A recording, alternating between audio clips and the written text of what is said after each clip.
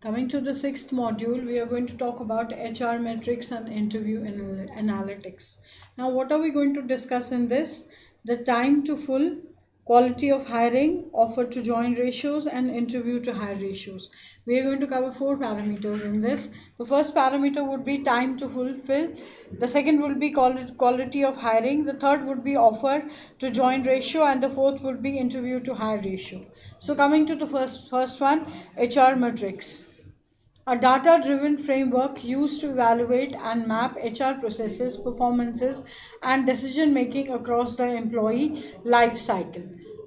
In this HR metrics, what does it include? It includes data driven framework used to evaluate and map HR processes, performances, and decision making across the employee's life cycle. Whatever employee's life cycle has been, what all decision making has been done, what all processes have been taken care of, and what all performances have been evaluated, this all is covered in HR metrics. Common HR metrics includes performances versus potential metrics, 9-box grid. Helps in succession planning and talent development. Second is skill metrics, tracks employees skill against job requirements.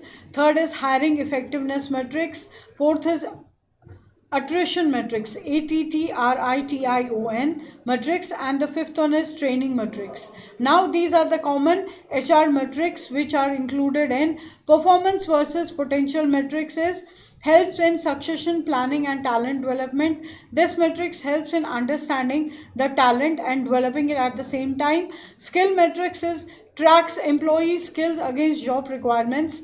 Whatever job requirements are there, this skill metrics helps HR to track the employee and skill him accordingly for the requirements of the job. Third is hiring effectiveness metrics, measures recruiter performances, time to hire, and candidate quality. This measures the recruiter's performance and time to hire and candidate's quality.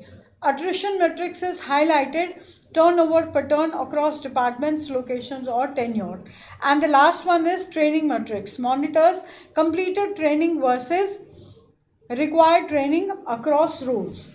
HR metrics includes a data-driven framework used for evaluating and mapping HR processes and performances and decision making across the employee life cycle. The common HR metrics include performance versus potential metrics, helps in successfully planning and talent development. Skill metrics includes tracks employee skills against job requirements. Hiring effective metrics includes measures recruitment performances, time to hire, and candidate qualities. Attention metrics includes highlighting turnover patterns across departments and locations or tenure. And the last one is training metrics, which includes monitors completed training versus required trainings across roles. What is interview analytics? Quantitative and qualitative data from interviews to optimize hiring outcomes and improves recruiter interviewer performance. That means quantitative and qualitative data from interviews which helps in hiring outcomes and improves recruiter interviewers performance. This interviewer analytics is about the quantitative and qualitative data which is optimized on hiring outcomes for recruiters and interviews performance. What does this include?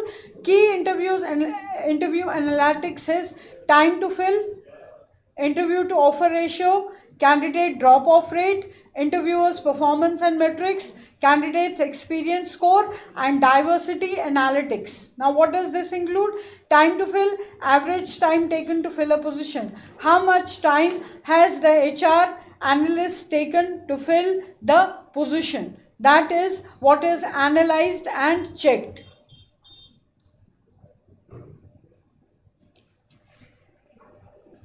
Interview to offer ratio. How many interviews resulted in a job offer? How many interviews did he conduct, and what was the job offer time limit? Was it 2 candidates, 3 candidates, 4 candidates which he interviewed? And what is the ratio of offering jobs to how many candidates? Candidates drop off rate, percent of candidates who exit the process midway. What is the ratio of the candidates who exit the procedure midway? This is also calculated and analyzed. Then is feedback, sources, consistency, and bias detections. How many biased parameters are there which a HR evaluator has done, and on that parameter he has been calculated, it has been detected as well. And candidates experience score based on surveys and post interviews. Surveys are done, post interviews are done, on based on that candidates experience is scored. Diversity analysis tracks demographic representation across applicants and hires. Tracks demographic representations across applicants and hires. That means it tracks the representation across applicants and how many hires he has done. So interview analytics is about the HR or about the interviewer who has taken X number of interviews, what has been his average time taken to fill the positions, how many interviews and what are the ratios which he has turned into job offers, what is the percentage of the candidate who have exited the midway procedures, and then feedback, scores, and consistency based on surveys, what are the post interview performances, and tracks on representing across applicants and hires. Time to hire. What is the time to hire? Time to hire measures the number of days between the candidate's first contact, example application or sourcing, and the date they accept the offer letter. Now, what is the time limit in this?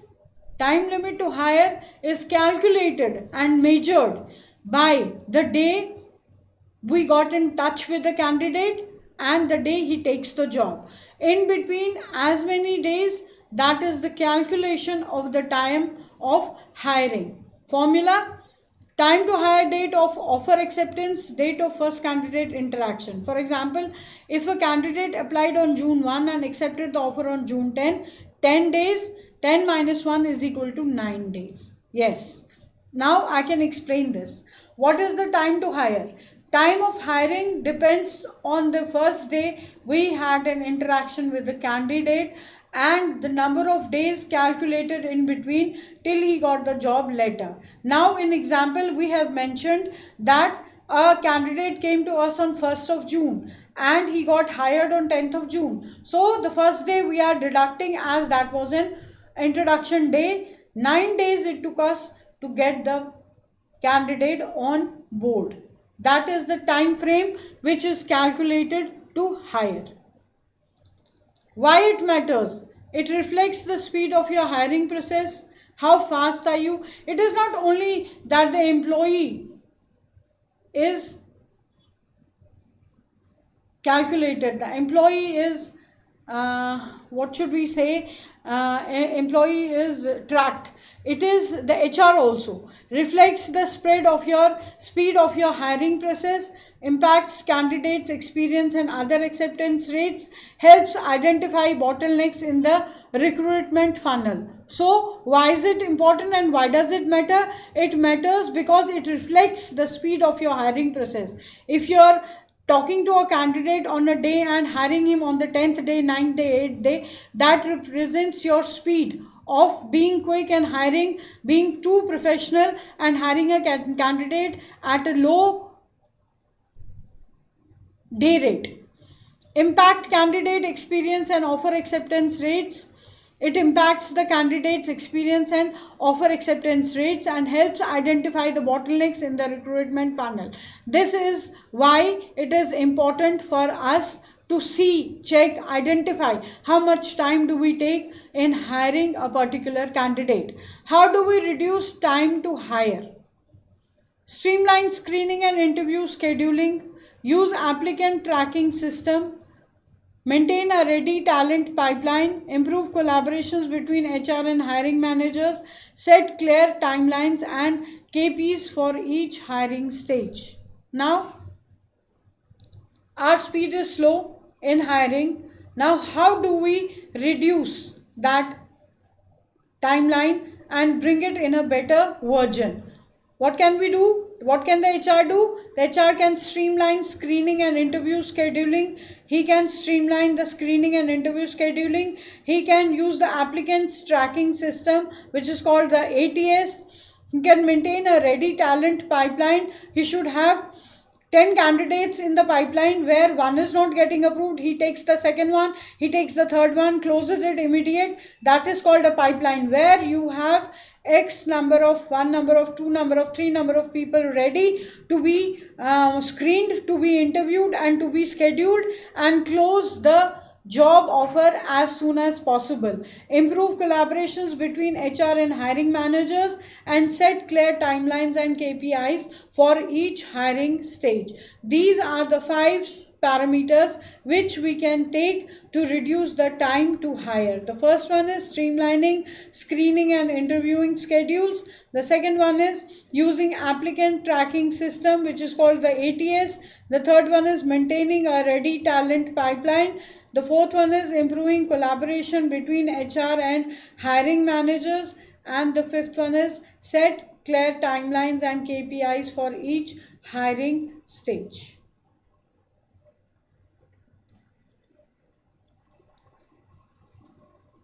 What is quality of time? Quality of time refers to how effectively and purposefully time is spent during critical HR process, focusing on value creation over just speed. What is the quality of time? What do we mean by the quality of time? We mean quality of time refers to how effectively and purposefully time is spent during critical HR processes.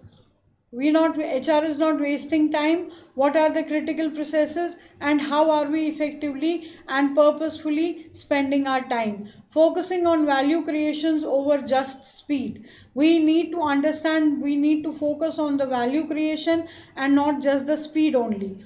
What are the aspects? Purposeful time investment, efficient process, and candidate expenditure.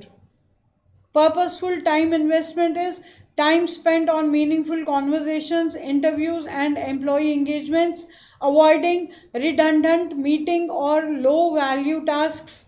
Efficient process designs, streamlined workflows that save time and reduce delays in hiring, onboarding, etc. Candidate experience, respecting candidates' time during interview, giving timely feedback, and reducing waiting periods. Now, this slide is about how do we understand the quality of time. The quality of time here refers to effectively and purposefully spending the time critically by HR process, focusing on value creation over just speed. We don't speed up things, but we focus on value creation. What are the aspects? The first is purposeful time investment, efficient process design, and candidate experience. Purposeful time investment is time spent on meaningful conversations, interviews, and employee engagements. This gives a creativity to the time, where a quality of time is spent and it is not wasted, avoiding redundant meetings or low value tasks. We need to avoid meetings which are of no use, which are just a waste of time, and focus on low value tasks. Efficient process designing means streamline workflow that saves time. We should know our workflow, we should streamline our workflow, which reduces delay in hiring and onboarding, etc. Like, we have selected a candidate and the papers have been sent across for process.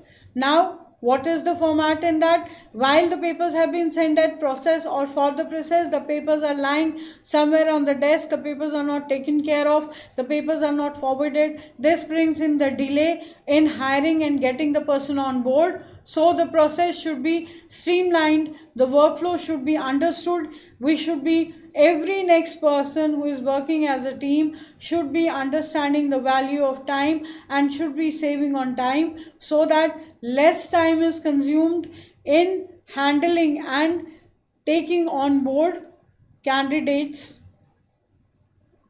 Candidate experience, respecting candidates' time during interviews, giving timely feedback, and reducing waiting periods.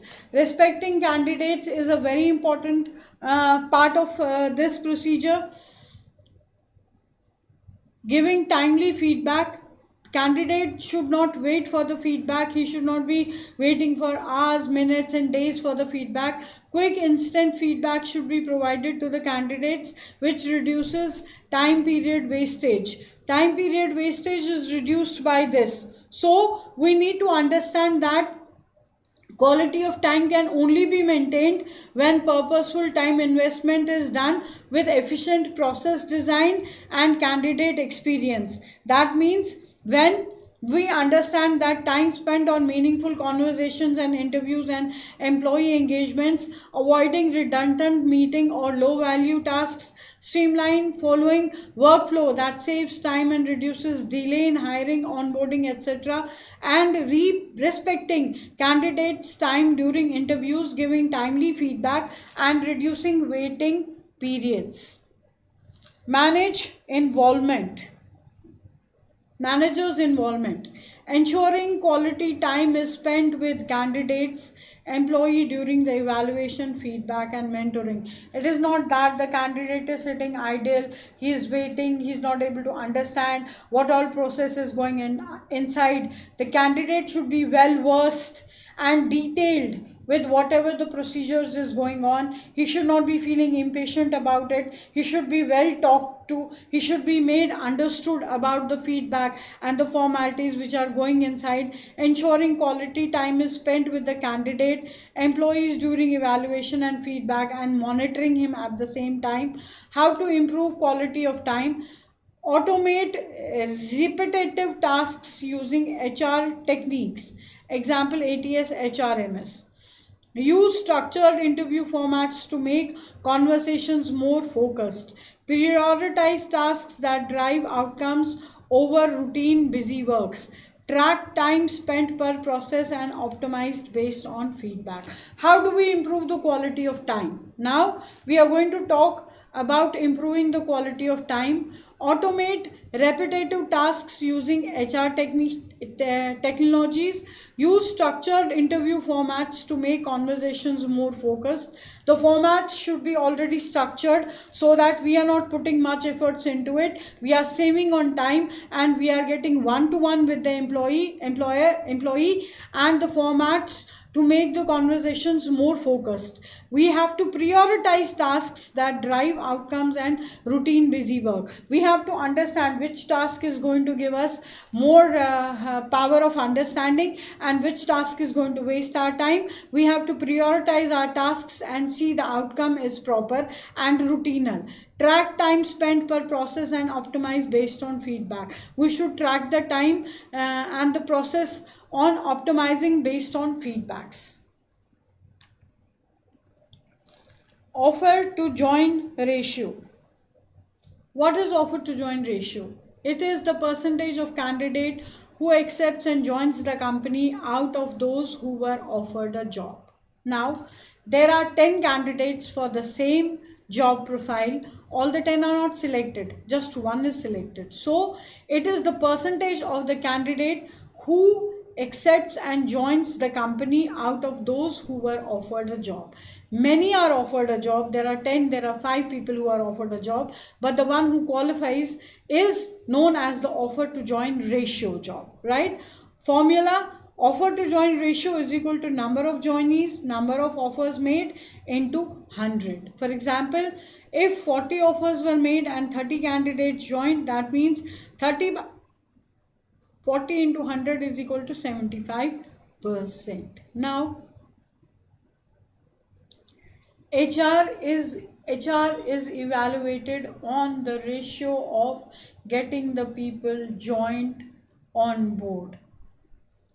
What is the formula? If we are offering a ratio of number of joinees by number of offers, how many had to join, how many offers were there, were made into 100, because 100 is the compliance, 100%, right? So if we have 40 offers, we made and 30 candidates joined. We had 40 offers in hand, the HR had 40 offers in hand, and he could make only 30 join. So the ratio would be 75%. Why? 30 by 40 into 100 is equal to 75. So this is the offer to join ratio, where what is required and how much has been done is taken out the ratio by 100. Why does it matter? Indicates effectiveness of your offer process, helps assess candidates' commitment and employer brand strength. A low ratio may signal issues in compensation, communication, or candidates' experience. Why does this ratio matter? This ratio matters because it indicates effectiveness of your process of offering. Second, it helps access candidates to commit and to employer as brand strengths. And third, a low ratio may signal issue in compensations, communications, or candidate experiences.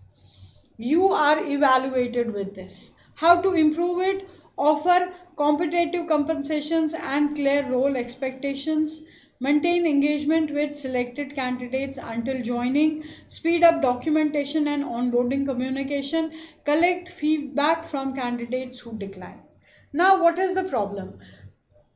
The interviewer took the interview, HR selected the candidate got selected, and he has been told that okay, we are going to do your hiring. Now the candidate is anxious.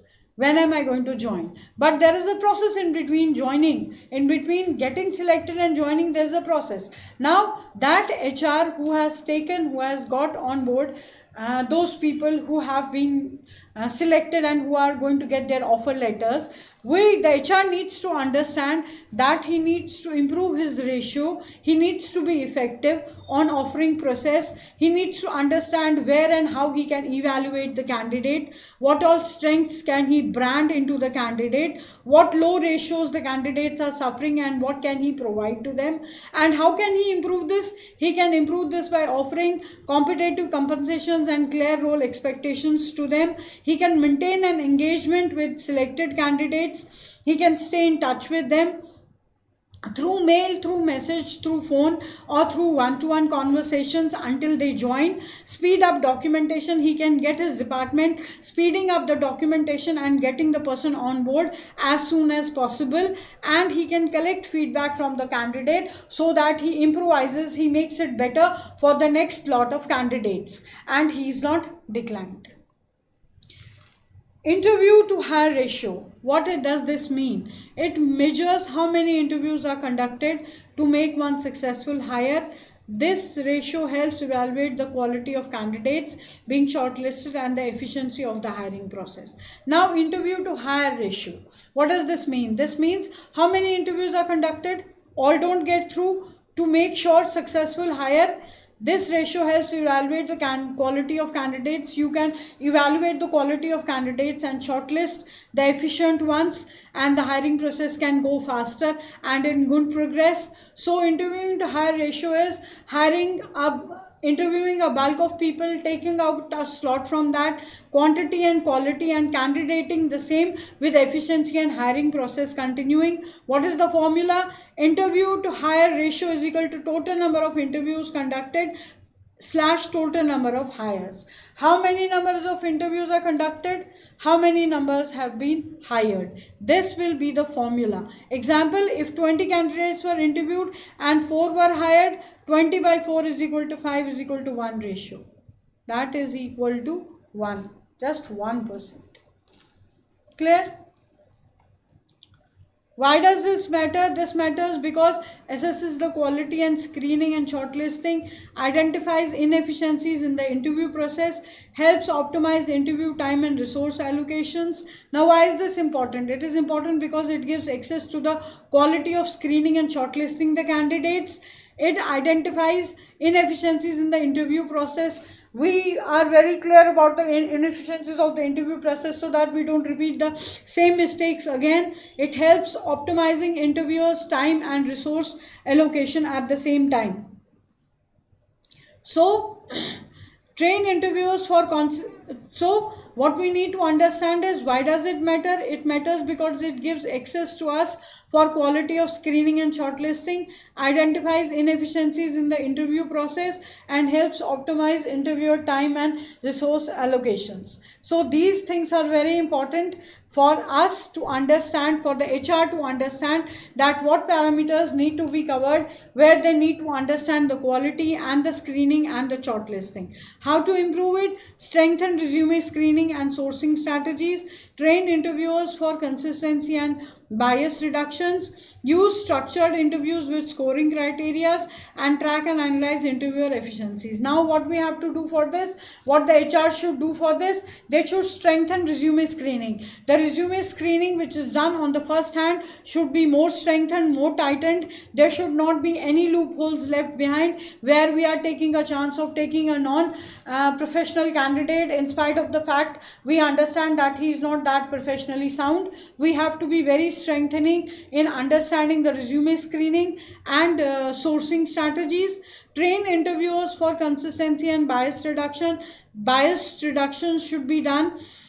Interviewers should not be biased for any candidates. They should be perfect and the consistency should be okay. Use structured interviews with scoring criteria. Scoring criteria should be good, should be tightened, should be we should not be randomly giving scores to candidates so that they are not trying hard to score more. And track and analyze interviews and effectiveness. We should track and analyze the interviewers and efficiencies so that the same mistakes are not repeated again, so that the same problems do not occur again, and we have a better slot and a better efficient team of HR to take care. Thank you.